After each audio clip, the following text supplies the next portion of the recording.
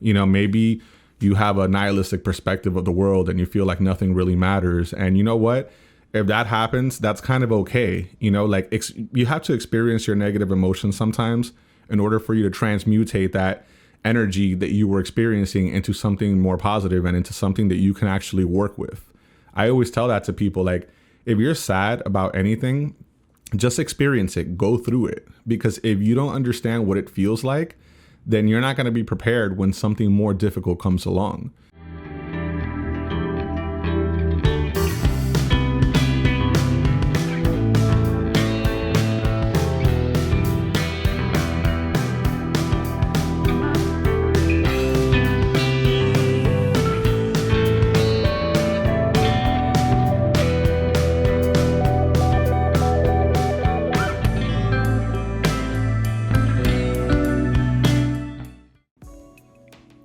Yo, what is going on, everybody? It's your boy NeoStarling, and I am back here with another podcast.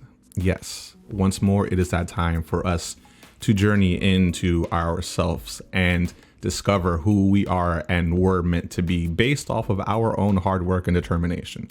Because ultimately, that's the goal, right? We want to become better versions of ourselves. If you're on this podcast, that's probably why you're here. And once more, as you can see here by the title, we are going to be discovering the self. We're going to be discovering the journey that it takes in order for us to reach that upper echelon of a higher plane of existence. And that's what I want to talk about today. So based off of the title here, The Hero's Journey, Series Part 1. What we're going to be doing is we're going to be taking an idea that Joseph Campbell came up with when he wrote Hero of a Thousand Faces.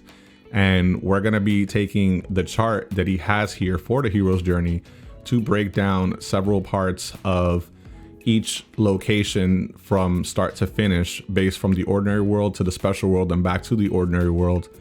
And we're going to break it down because essentially what the hero's journey is, it's pretty much self-discovery. It's you realizing who you are as a human being. It's you realizing that you're capable of much more if you're willing to go that next level, if you're willing to endure, if you're willing to suffer, if you're willing to learn and educate yourself to the extent that you probably weren't comfortable doing at a certain point.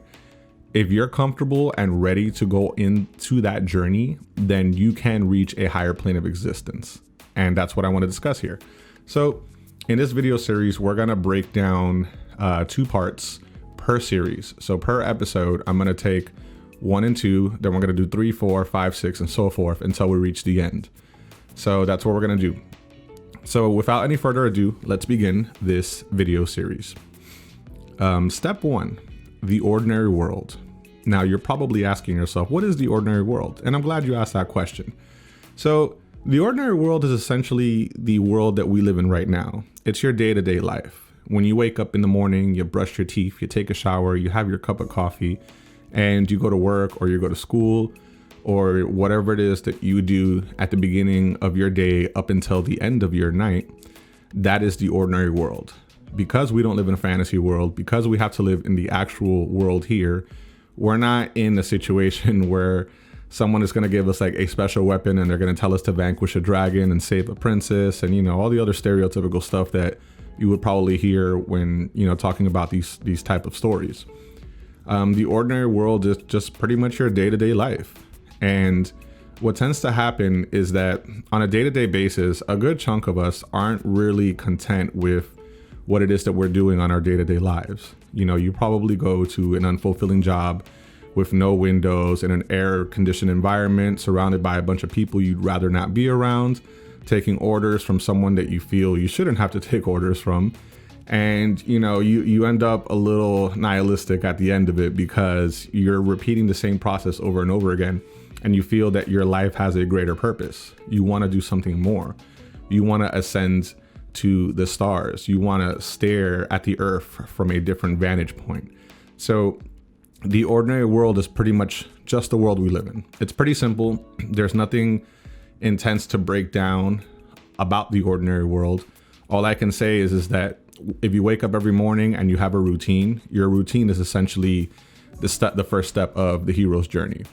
But what does tend to happen is that when you aren't content, that's when your journey really begins. Because a lot of us will wake up every day and be okay, and I'm glad, to be honest. If If any of you get up in the morning and you're fully happy with what you're doing, and you know that you're looking forward to the beginning of the sunrise before the sun sets, then at that point, I feel like you've kind of completed your hero's journey, or at the very least, you're well in your way to achieving that level that you want to be in. So that's pretty neat. Did my mic just cut off? It feels like my mic cut off. I hope it didn't. Oh, okay, no, there we go.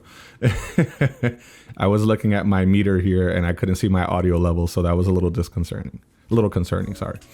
Anyway, so if you want to reach a higher plane, then the ordinary world is the first step. It's basically you not being content with what's happening around you, right? Okay, good. So moving on. Now we're going to talk about the call to adventure or call to action. You can say it either or. That is when you are presented with an opportunity, essentially. Let's say, for example, your boss has been noticing your work and he or she wants to promote you and give you more responsibility. It's essentially responsibility. So you're probably thinking to yourself, damn, is this something that I really want to do? I'm kind of comfortable with whatever it is that I'm doing right now. Do I want to get to a point where I have all this extra stuff that I'm not really comfortable with doing? And that, my friends, is where a lot of people's journey ends. And the reason that I say that it ends right there is because that's what tends to happen.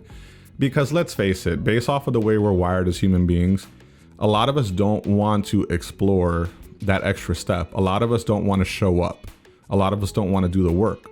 A good chunk of the population are content with what it is that they're currently doing, or at the very least aren't willing to push themselves to that next level.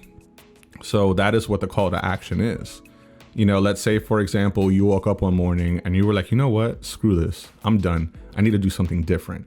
So let's say you quit your job. And by the way, I don't endorse or condone people quitting their jobs. I will not be responsible if that's something you decide to do out of nowhere. I'm just using this purely as an example. So let's say you decided to quit your job and you wanted to put all of your eggs in one basket and you wanted to believe and focus on yourself, right? Now you took your savings and you traveled to like another part of the world or another state or whatever the case may be. At that point, you're accepting the call to action. And if you accept the call to action, that's actually a good thing, because that is actually the first step in you discovering what it is that you're capable of. Because you know what they say, like a cornered animal will always show its fangs. You know what I mean? So we never really know what it is that we're truly capable of until we have no choice but to be strong. And that's essentially what the call to action talks about. You know, do you want to become a better version of yourself? Maybe you got up one morning and you decided, damn, I'm like 50, 60, 70 pounds overweight and I want to lose this weight. So now you go into a gym, you feel intimidated because there's a lot of people that are in really good shape, and you're probably telling yourself, what am I doing here? I'm wasting my time. You know, like everyone here is going to make fun of me. And no, that's actually not true. I can tell you this from personal experience because I'm pretty much a gym rat at this point, I could say.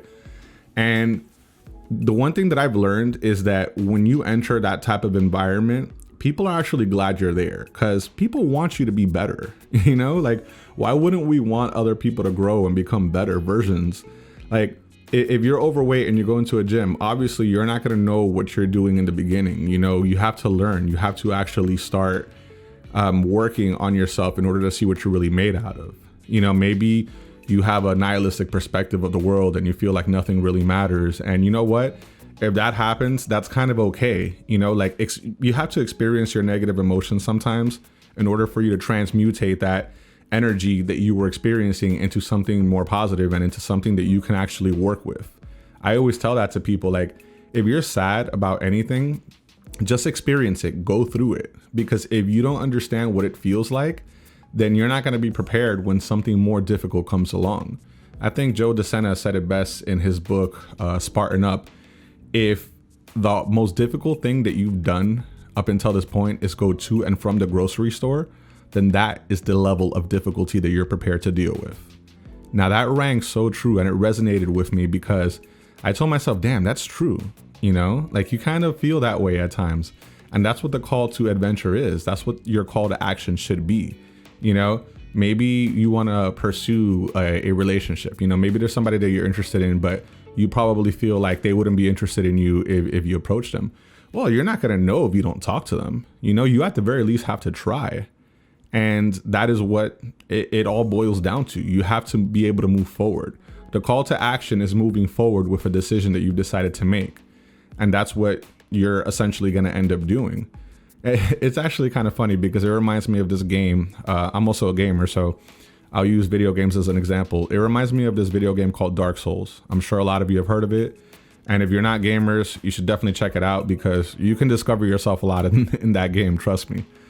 And you're essentially playing this undead warrior when you first start off. And what ends up happening is that you're given a call to action. You're given this call to rid yourself of this undead curse.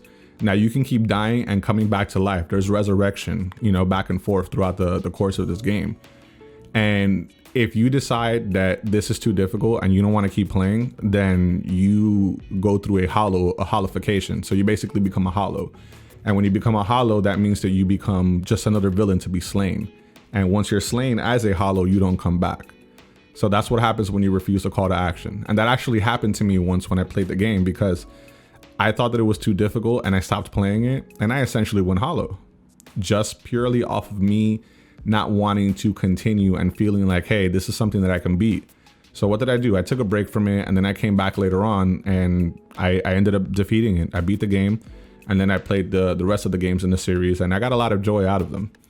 So it's pretty interesting how they stress not giving up. That's why you're able to resurrect constantly because you have more than one opportunity. You know, in the real world, hey, look, man, if someone takes you out, you're done, right? That's game over. There are no continues. You can't put another quarter in the arcade. It is what it is. But when we're talking about self-discovery, when we're talking about trying to ascend to a higher plane of existence, when we're stacking our tiny pebbles of truth, you know, these are things that you really have to pay attention to and actually tell yourself, you know what? No, I can do this. And that's what the call to adventure is. So you go forth, you go full steam, you go laser focused on what it is that you want, and you can get what you want to get. You can achieve it. Why wouldn't you? We are powerful creatures. That is why the human race rules over the rest of the animal kingdom. Because think about it. We're not the biggest. We're definitely not the strongest, but we are the smartest. We were given the ability to adapt. We were given this higher plane of consciousness that a lot of the other animals in this world weren't given. So we utilized what it is that we learned in order to build civilizations. Now, none of that would have happened if our ancestors refused the call, right? So why would you refuse the call?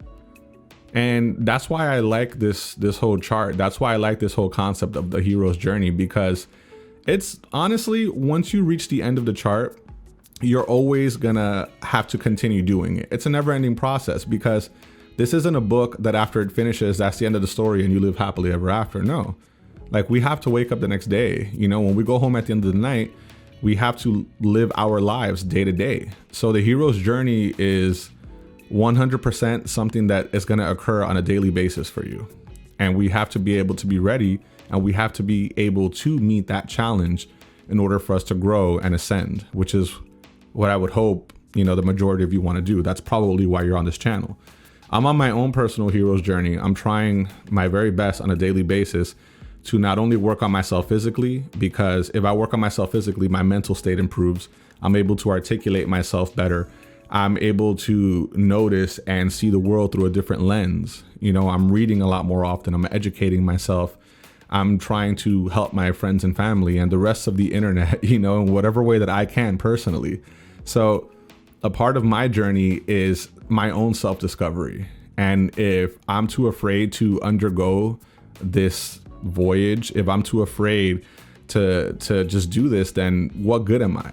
You know, do I really want to wake up every morning and rinse and repeat and just be content with a life that I'm not happy with? No. So we have to make changes. And I think that's really important. So I'm going to cut the video short here. As I go through the rest of this series, I'm going to do more research on these topics because I want to give more informed thoughts on what I feel this hero's journey entails. And mind you, this is all freehand. Like, I don't script my videos. I might have a bullet point here and there just so that I can like get my thoughts together and sort of tell you guys what I want to discuss. But once more, because I want to be a better speaker, I don't script my content. Not only that, but it'll just sound robotic if I read it out. I'd much rather just have a conversation with all of you, and that's what I prefer. But anyway, thank you for checking out this podcast. If you feel that you've gained any value from this, please feel free to like, comment, share, subscribe, do the damn thing and help a brother out, because I want to grow this movement. I want to grow this podcast. I want all of us to grow together. With that said, I've been NeoStarling. You guys are awesome, and don't ever let anyone tell you different. Signing off.